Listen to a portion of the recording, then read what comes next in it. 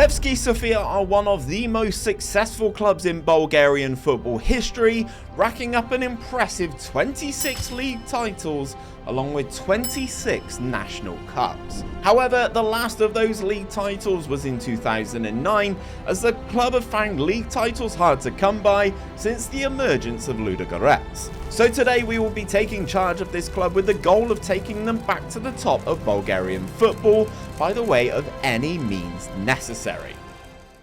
So guys, here we are ready to dive into the save with Levski Sofia. This has been requested for the longest time, so we're finally bringing it to you. It's going to be a good one. Hopefully we're going to have some fun here. But this is the club. This is what things look like in game for the team. I like their crest. I like their logo. Obviously founded in 1914 for Bulgaria. And then we've got that 26 league titles there. Absolutely killing it historically. But as I mentioned in that intro, not necessarily doing the business in the main stuff right now. Facilities-wise, pretty solid. 13 for both training and youth facilities, 15 for academy coaching, but 20 for exceptional. They've got exceptional youth recruitment. It's absolutely mad. Predicted to finish in 4th. But this is the problem that we do have. As you can see here, my key player listed as Noah Sonko Sundberg, he's departing to go to Ludogorets. And this is the problem that we have. Our best player in our team, using a real-world database, is about to go and join Ludogorets. So that is our problem. If we go and take a look at the squad for the most part, as you can see, we've got Jose Cordoba. He is part of the Panama team that just beat USA at the time of recording this. They just beat USA in the Copa America. He is there, I believe. I believe he's in the squad. So massive shout out to him. But you can kind of see the players that we do have. We've got some good ones. We've got a guy called Ronaldo as well. Not that one. He is Brazilian. This guy's also leaving as well. So some of the good players that we do have, disappointingly leaving to join other clubs, but that is the thing that you have to deal with in a real world database. We do have several transfers coming in, obviously pre-arranged stuff, some staff members as well as some of these players here. So we're going to have an interesting time of it. But what we're going to do, guys, we're going to run GYL as Deadpool. I'll leave a link to the tactic down in the description below. It's a 4-2-3-1. Nothing overly special in terms of anything specialist really required. Maybe just the CMs on defend are going to be there. But this is how we are lining up at the start of the season. Obviously, as I did mention, some of these players are leaving the club. So we're going to have to see what we can do. We're going to have this man. Ricardinho is going to be our main man up top. The Brazilian number 9, 22 years of age. Looks pretty solid. Attribute spread for someone at this level, not too bad. He's also consistent. He likes his big matches as well, so we're going to need big things from him as well. I actually don't mind this goalkeeper, Andreev. He seems pretty solid as well. Only 18 years of age, so I'm hoping to keep hold of him for the entire 5 seasons of this save, and we're just going to have to see how we do get on. Competitions wise, we are going to be in the Europa Conference League season number 1. There's no updated database on this one today, just the regular vanilla database. We do have the cup, we do have the league, and obviously we do have that Conference League as well. We are expected to finish inside the top 2 places in the league, behind Ludogorets, and as I mentioned, it's quite a one-sided league, this one. CSKA Sofia, mainly the runner-up for the most part, and then Levski are down in 3rd for the most part. But yeah, this is going to be a big one to try and overcome. If we have a look at the season preview, Ludogorets are the odds-on favourites to win the title, which will come as no huge surprise. So we are going to simulate season number 1 with this team to see how we get on.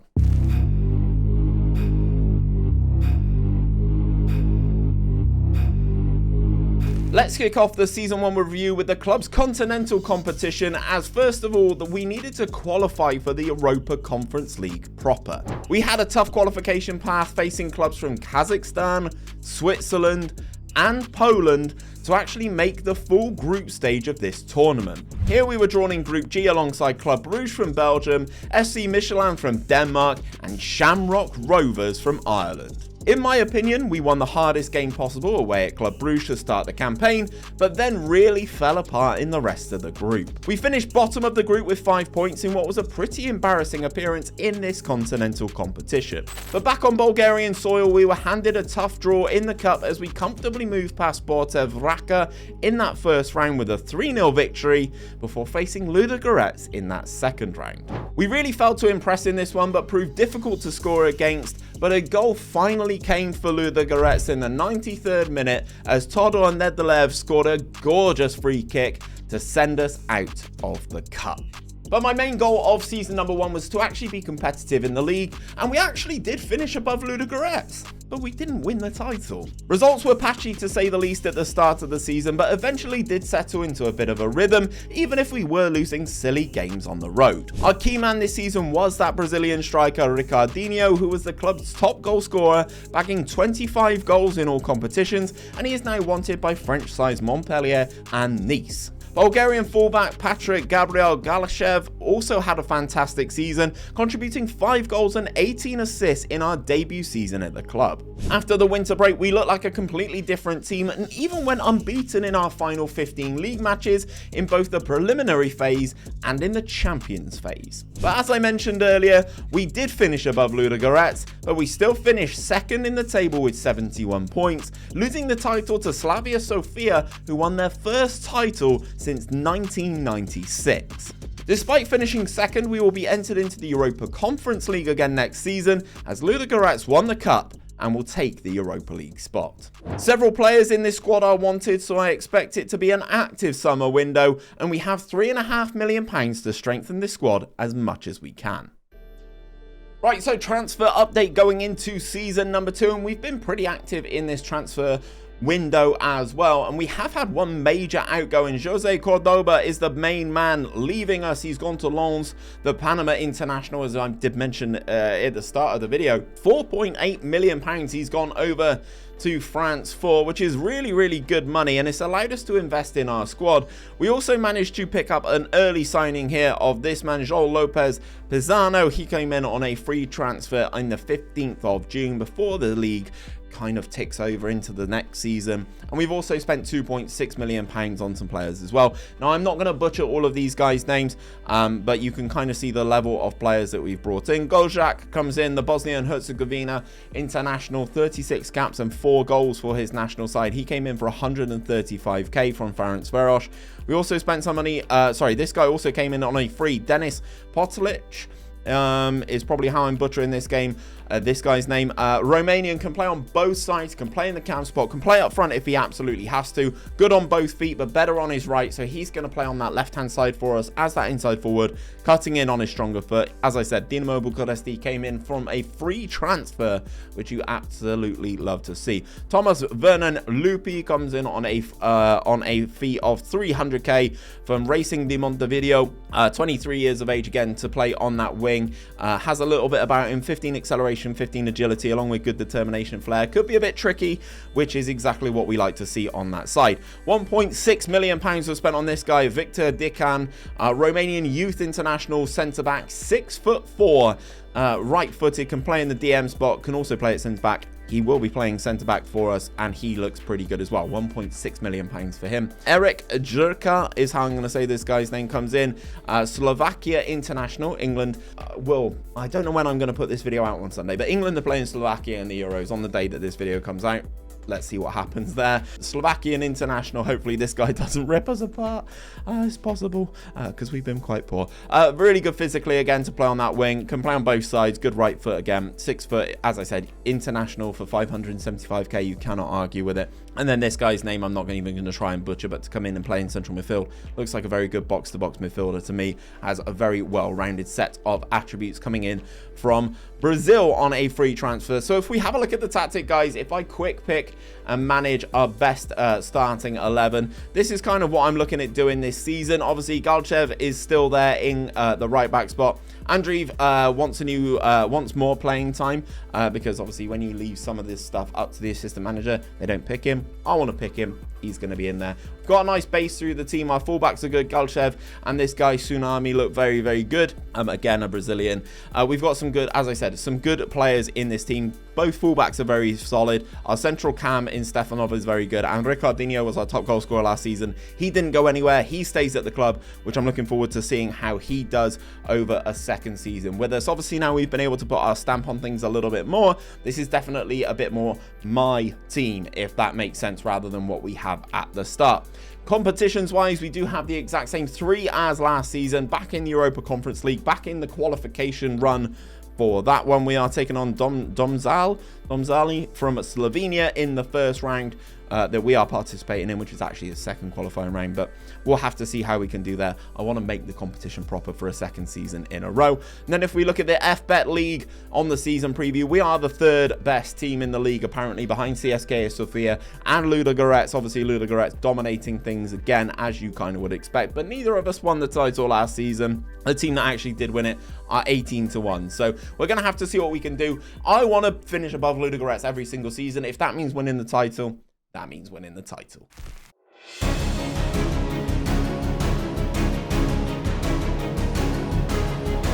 It was obvious this season that we'd taken huge strides forward as we opened our league campaign with 5 games unbeaten. Results were largely solid moving into November, where we closed out the year before the winter break with 5 successive victories. Brazilian striker Ricardinho topped the club's goal-scoring charts for a second season in a row, this time bagging 18 goals in the league and 29 in all competitions. Summer signing Denis Politic took the lead by storm as well, playing from the inside forward position as the Romanian scored a huge 23 goals and provided 7 assists in all competitions, so he was a great pickup on a free transfer. We carried our impressive run of results into the games after the winter break as we powered through to the club's first league title since 2009. So we had the league title in the bag, but what about the Bulgarian Cup? Well, we progressed easily through the first 3 games without really breaking a sweat, as we didn't even concede a goal in those fixtures. That meant that we faced a 2-legged semi-final against Levski Sofia, and we continued to look impressive in the first leg, winning the game 3-0 at home. However, in the second leg, we didn't exactly have it all our own way, as Levski started brilliantly and even sent the game into extra time. We did keep our composure in extra time and scored again through Martin Petkov, but we were then able to concede a 5th goal of the game in the 110th minute, which actually sent the game to penalties. Spot kicks were flying in for both sides until on the 6th penalty, our goalkeeper Plamen Andreev made a great save to send us into the final. In that final, we faced the final boss as we took to the field against Ludogorets in a very end-to-end game. Both teams had the lead in this one at different points, but things had to be settled with yet another penalty shootout. For a second time in a row, penalties were going in for both sides, but yet again Andrew stepped up and saved the 6th penalty from Ludogorets to give Christian Dimitrov the opportunity to win us the game, and he did just that with his penalty to see us complete a league and cup double. But success this season didn't end in Bulgaria, as we managed to achieve some success in the Europa Conference League as well. We managed to qualify for the league phase by defeating teams from Slovenia, Romania and Hungary, but stuttered a little bit at the start of the league phase, but managed to get things back on track with 3 victories to see us finish 10th in the table and qualify for the knockout stages of the competition. Here we faced Viking from Norway, and we took the lead on the road in the first leg thanks to a neat finish from Ricardinho. Back in Sofia, things were much more straightforward as we ripped through the Viking team to win 4-1 on the night and 5-1 on aggregate. That result meant that we moved into the round of 16, where we faced Sturm Graz from Austria. This time we were at home in the first leg and failed to impose ourselves on a strong opposition side. Sturm scored once in each half before Denis Politic scored a late goal for us to hand us a little bit of a lifeline before travelling to Austria. The second leg was a total goal fest with 8 goals being shared between the two teams, but sadly we couldn't overturn that first leg deficit to see us exit the competition at this stage. But all in all, this was a remarkable season as we are back on top in Bulgaria and had a great run in a European competition. However, next season as league winners we will be moving into the Champions League again, and bigger budgets are here as we have £10 million to spend over the summer. So transfer update is here for season number 3, and as you can see, not really any major outgoings. Nikola Bandev has departed for CSK in 1948 for 10k. He's not really a player that we're worried about. He would never have played for the first team, so he has gone. On this page, Marko Sapfur has come in. He looks pretty well-rounded. Ukrainian youth international, 6'4", absolute big daddy of a man. Obviously, where we're looking at central midfielders to play in the defensive role, DMs who can step up and play in that position are kind of paramount. He can do that. He's left-footed, gives us a little bit more balance in that midfield spot. £1.7 million he cost. And then over on this page, we kind of got our business done pretty early as well with these 4 signings. One on a free transfer. Mitov come in on a freebie, which is nice. Probably usually comes in as part of the intake. Andrei Broza comes in as well. 19 years of age, Romanian international, fullback, can play on that left-hand side. Looks like a real good player for us. 5'11", now valued at up to £6 million. He came in for £3 million. Martin Prikodravac come in as well for £3.5 million. Croatian youth international, again, much looking for these centre-backs or DMs who can kind of step up and play in midfield if they got the ball playing potential. This guy doesn't, so he's going to step back and play as a centre-back for us. Again, picking up these youngsters really does help in terms of their development, and also being able to sell some of them for a lot of money in the future.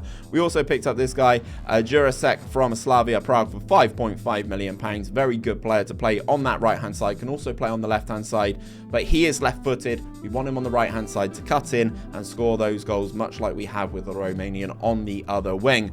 And speaking of, if we go over to the tactics screen again, and we manage and we pick that starting 11, this is how we are set up, guys. Jurasic comes in and looks like a great player for us. Ricardinho is still here at the club, and that balance and that level has really stepped up again.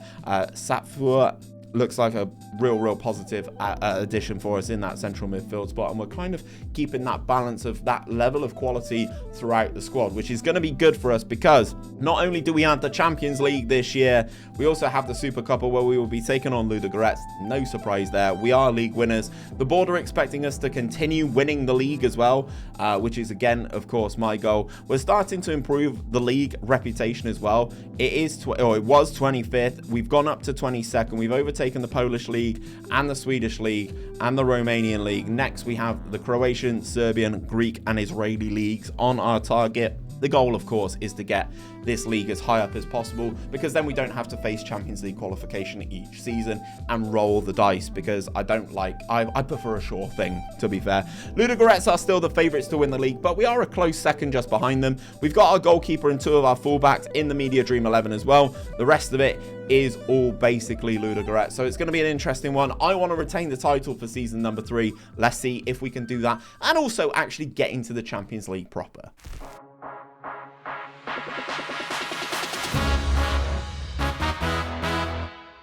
Season 3 started with the Bulgarian Super Cup, where we took on Ludogorets, and we started like a house on fire here, bagging 2 goals inside the opening 20 minutes. Ludogorets did score a late penalty, but it was nothing more than a consolation for them as we looked for total domination of Bulgaria. That domination transitioned into the league well, as we only dropped 10 points from the opening 18 fixtures as we went into the winter break. For a 3rd season in a row, Ricardinho secured the league's golden boot, and he went off this season, scoring 40 goals in all competitions. The most impressive of the summer signings was fullback Andrei Borza, who made a total of 51 appearances in all competitions, providing us with an average of 7.25 throughout the whole season. And he is now wanted by clubs all across the world, including Aston Villa and Barcelona. After the winter break, we continued to be impressive, even going unbeaten in the Championship group to secure our 2nd league title in a row, winning the league by 7 points. And for a 2nd season in a row, we made it to the Bulgarian Cup final, where we faced Ludogorets. After lifting the trophy last season, Ludogorets were out for blood and raced into a 2-goal lead inside the opening 20 minutes. The boys received a little bit of a bollocking at halftime, and we managed to overturn a 2-goal deficit with goals from Politic and Ricardinho. But then, with 10 minutes of the game to go, a long ball over the top caused us a lot more trouble than it should have done, and after a little bit of pinball in the penalty area, Ludogorets took the lead for the 2nd time in the game, and they were able to manage to hold on and win the Bulgarian Cup. But this season, we made our return to Champions League football, even if we did have to go into the qualification path. We managed to progress past Linfield from Northern Ireland and Maccabi Haifa from Israel, but stumbled at the final hurdle, losing to Molde from Norway. That result meant that we dropped down into the Europa League and had an impressive league phase, finishing with 13 points and 13th in the table, just behind Everton. We moved into the knockout stages of the competition and we were drawn alongside Dynamo Kyiv from Ukraine. The first leg of the tie was on the road and we put in a great performance on the night, winning the first leg 3-1. Back in Sofia, we backed up that impressive performance with another 3-1 win to move into the round of 16. Here we faced Sporting from Portugal and started the first leg at home well, scoring twice inside the opening 20 minutes. Sporting did pull a goal back minutes later, and that is exactly how that first leg ended. In Portugal, goals were flying in, which was seemingly normal for our ties, but Ilyan Stefanov scored his second goal of the game in the 75th minute to send us back into an aggregate lead and see us progress into the quarter-finals. This is where we faced Lens from France and even took the lead in this one, but the French side scored twice in the second half to take a small lead into the second leg. The French side then scored a goal in each half in that second leg to see our remarkable run in this competition come to an end. Season 3 was another good one for us as we added another 2 trophies to that trophy cabinet and filled the club's coffers with another European run. This summer we have another £10 million to spend as we attempt to qualify for the Champions League proper next season.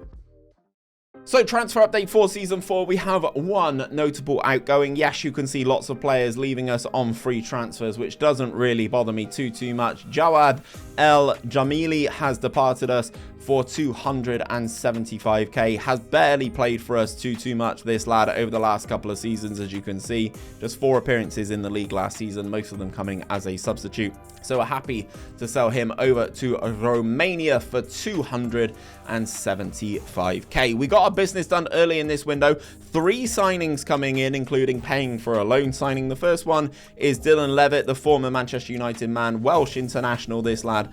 Interesting smile on the boy to play in central midfield. He's got good composure at 16, good passing at 17, as well as good vision and technique as well. Looks like a good creative player for us to have, and it's nice to bring yet another international player into the team, even if they're not at that elite tier of international appearances. I quite like him as a player. I've had him in a couple of different saves, usually pick him up a lower down in England, so it's interesting to bring that kind of player over here. Filip Krastev come in as well for £6.5 million, can play in the central midfield spot, can play in the cam spot as well. Bulgarian international, so it's nice to bring those homegrown players into the team. He's also got 16 for corners as well, which if you're watching me on stream at the moment, I like a good corner, which is really good to see. And then the man we're paying on loan, Martin Gorgiev, he came in from Juve on loan. Let me expand his profile. We're paying £3 million for the loan.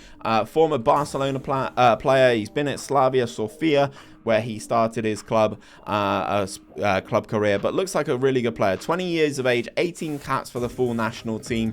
We've got him on loan, as I did mention, but if we have a look at stuff, he could be a player that we could look to try and purchase in the future. There's no clauses in his contract, but I don't see him playing for Juventus. He's still got 5-star potential. He is homegrown. Hopefully he could be a player that we could look at bringing in again next season on a full transfer. If you have a look at our best starting 11 again, this is how we are set up. A little bit more balanced in terms of those attribute stars, but again, we all know star ratings don't mean too much. But what you can see from this is several of our players are wanted. Obviously, the season starts a little bit earlier here in Bulgaria. We're the 1st of July and we've got a game in 2 days, which is the Super Cup. But you can see lots of our players are wanted, so it's going to be an interesting one to see what we can do with this. Hopefully we can hold on to as many of them as humanly possible in this window. Competitions wise, obviously we do have the same 4 comps as last year, but I do want to get into the Champions League proper this time. I want to be in the Champions League phase. That means an extra 12 million quid into the club,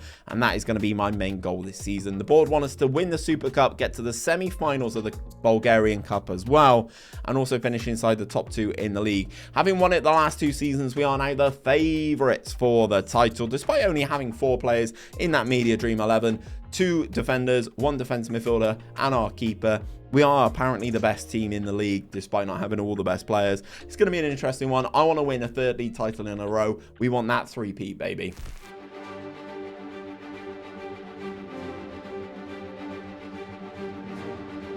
And going into season number 4, this was a year of near misses. We opened our season with the Super Cup, where we managed to throw away a 2-goal lead against Ludogorets to see the game decided via penalty shootout. During the shootout, both teams failed to convert all their penalties from the spot, but it was our summer signing Dylan Levitt who missed the decisive penalty to see us drop the Super Cup to our rivals. And this season we made our way to a third successive Bulgarian Cup final where we faced CSKA 1948.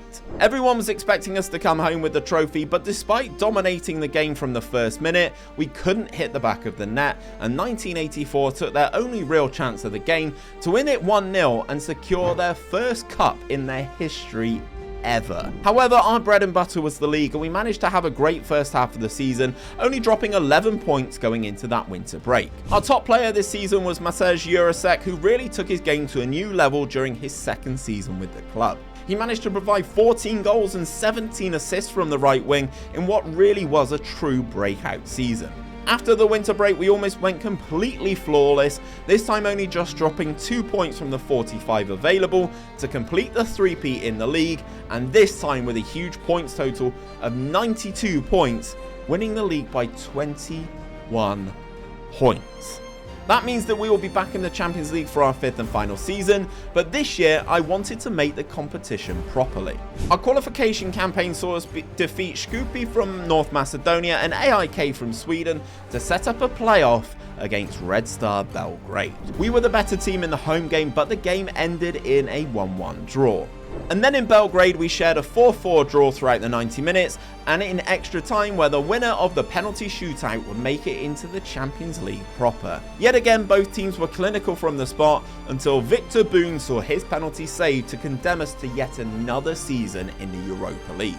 That result was pretty devastating for the boys and we never really got over it in the European League phase, struggling to win games apart from against Lech Poznan. We finished in the league phase down in 27th with just 7 points, meaning we even missed the knockout phase of the competition. I found this really disappointing as we only managed to secure the league title this season, and over the summer we have a transfer budget of £14 million to achieve that Champions League qualification that I've been desperately chasing. So guys, before we get into season number 5, I have a transfer to update you on which I completely forgot to include in my season recap last year, and it is this man. Andrei Borza has departed the club. He left for Brighton and Hove Albion last season for £23 million. Since joining Brighton, he's made 2 appearances. 1 start, 1 sub appearance in the Premier League for 23 million quid. He left last season, and that is a huge fee. He's a great player for us, don't get me wrong. He's a solid Premier League player, but that's a lot of money, which we were able to use to great effect. If we have a look at our transfer history, we picked up Tomas Rigo from Banaka Strava really early doors in the transfer window, 12 for the 6 for him, £5.75 million. He comes in to play. He can either play in central midfield or out on the right hand side. I see him more as a central midfielder despite only having that 10 finishing. Pretty solid passing, good tackling to players at defensive midfielder. He's also a Slovakian international, so you can kind of see what we're trying to do with these signings. But yeah, that Broza money was really well received. We also turned that loan signing from Juve of Martin Gorogev into a full-time signing. He came in for £7 million. We activated that. He had a pretty good season for us last year. If I go and take a look there, 36 starts and 12 sub appearances in all competitions. Did really well for us. Not the best average rating, just under a 7, but pretty solid nonetheless for a guy of his age. 24, playing in a centre back position. You need to be switched on for it. He is an intelligent player, as you can see here from his playstyle, and hopefully now he's our player, can go from strength to strength. We also signed Alphonse Areola to be our backup goalkeeper. He's 34 years of age. The French international was on a free transfer from West Ham, so you can't really argue with it. He's going to be our backup keeper this season. A little bit of experience. It definitely goes a long way. Going into the tactic, obviously, if we have a look at the team, you can hit that starting 11 that we've already pre-saved here. The balance is really nice. We've kept hold of a lot of players that I wanted to. Andriy, the goalkeeper, has improved really nicely and is one of our better players. He is a model citizen as well. He is now 22 years of age. He is the Bulgarian national goalkeeper as well. Galchev looks like a very good player as well. Hasn't really developed as much as I would have liked in terms of some of these technicals, but mentally he's pretty solid. Good teamwork, good determination, good bravery. He is wanted by Monaco and Lens, so hopefully we can keep hold of him. Obviously, Tomas Rigo, who I did mention, comes into that midfield spot to kind of dominate there. Jurasek, after having a massive season last season, is wanted by Auxerre, Bordeaux, and Damac, so that's going to be interesting to see if we can keep hold of him. But I like this team. This is the best team that we've had, obviously, going into this 5th and final season. We've got a little bit of depth as well, good midfield options, and also we've got some interesting youngsters that we can call on if we go... sorry, I'm on the wrong screen there. We've got some interesting youngsters that we can call on, some high potential lads that we do have in the squad here, but they are all 15s, 16s, but they do have high potential, so you never know when you need to call on them. Competitions-wise, the same 4 that we've had the last time. I really want this 5th season to be in the Champions League. The board have lowered their expectations. They just want us to finish inside the top 6 places. I want to continue winning the league. We've won it the last 3 seasons. I want to win it for a 4th and final season. If we have a look at the season preview, we're evens to win the title. We've got loads of players in that Media Dream 11. We are now the best team in the division by a country mile. I want a 4th title in a row, and I want to be in the Champions League phase. Let's make it happen in season number 5.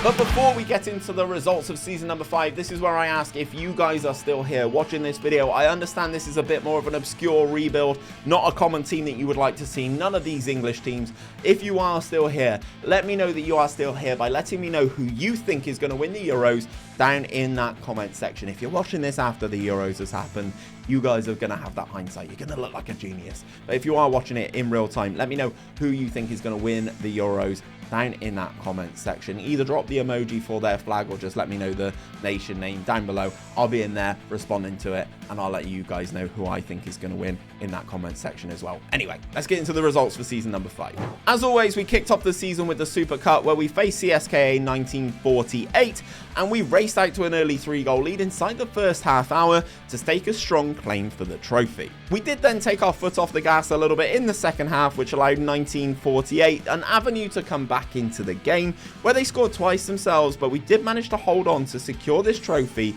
for a second time in this save. But after making 3 straight finals in the Bulgarian Cup, we couldn't replicate that for a 4th season and suffered a pretty embarrassing defeat to a lower league side in the second round, which is kind of totally unacceptable for me. But this year, I really wanted that Champions League qualification and all the money that goes with it. We had to face the qualification path yet again, but this season we entered straight into the playoff round thanks to our work on improving the Bulgarian league, taking it inside the top 20 leagues within Europe. In the playoff, we faced Georgian side Dinamo Batumi over 2 legs and had the first leg at home. This game was pretty comfortable for us, restricting our opponents to limited opportunities while scoring twice ourselves in the first half. Ricardinho added a 3rd for us in the second half, but the Georgian side scored in the 90th minute to give a little bit of a lifeline to them. However, in the second leg, we continued to look the better side, securing a 2-0 win on the road and a 5-1 aggregate win. So, that result means that we enter into the Champions League phase for the first time, and we managed to pocket that cool £12 million just for being there. And what were we rewarded with? Games against the likes of Inter Milan, Bayer Leverkusen, Liverpool and Benfica. As you can see from some of the results, we put up a good fight in some of these fixtures, even winning 2 of the games along with a draw against Newcastle. Those 7 points though meant that we narrowly missed out on the qualification to the knockout stages of the tournament, but the Champions League appearance money has really helped our club finances. And finally, for season number 5, we were trying to make it 4 league titles in a row. We started the season with a run of 10 straight wins to really show that we've pulled away from the rest of the teams in the country. Ricardinho continued to top the club's goal scoring charts for this entire save. Yes, he was our best goal scorer every single season. This season, the striker scored 30 goals in all competitions to take his total to the save for 165 goals, which definitely cannot be sniffed at. After the league's winter break, we continued to dominate for the most part to secure that 4th league title in a row, this time beating Ludogorets to it by just 13 points. And that league title made it number 30 for this club, which seems like a perfect time to hand things over to you. We made it to the Champions League phase. We've now got 30 league titles in the club's trophy cabinet, and you can pick up this save if you wanted to continue it over on my Patreon. Now, links to that will be down in the description. I will also throw it into that pinned comment at the top of the description so that you guys can go and get it as well. Continue this journey if you wanted to. Let me know down in the comments who you would like to see me rebuild next. It was really cool to do this one. A different team, loads of different players that we'd never used before, and that is why I love FM. If you do want to watch more rebuild content from me, check out this playlist popping up here. It's all the rebuilds that we've done on this year's game.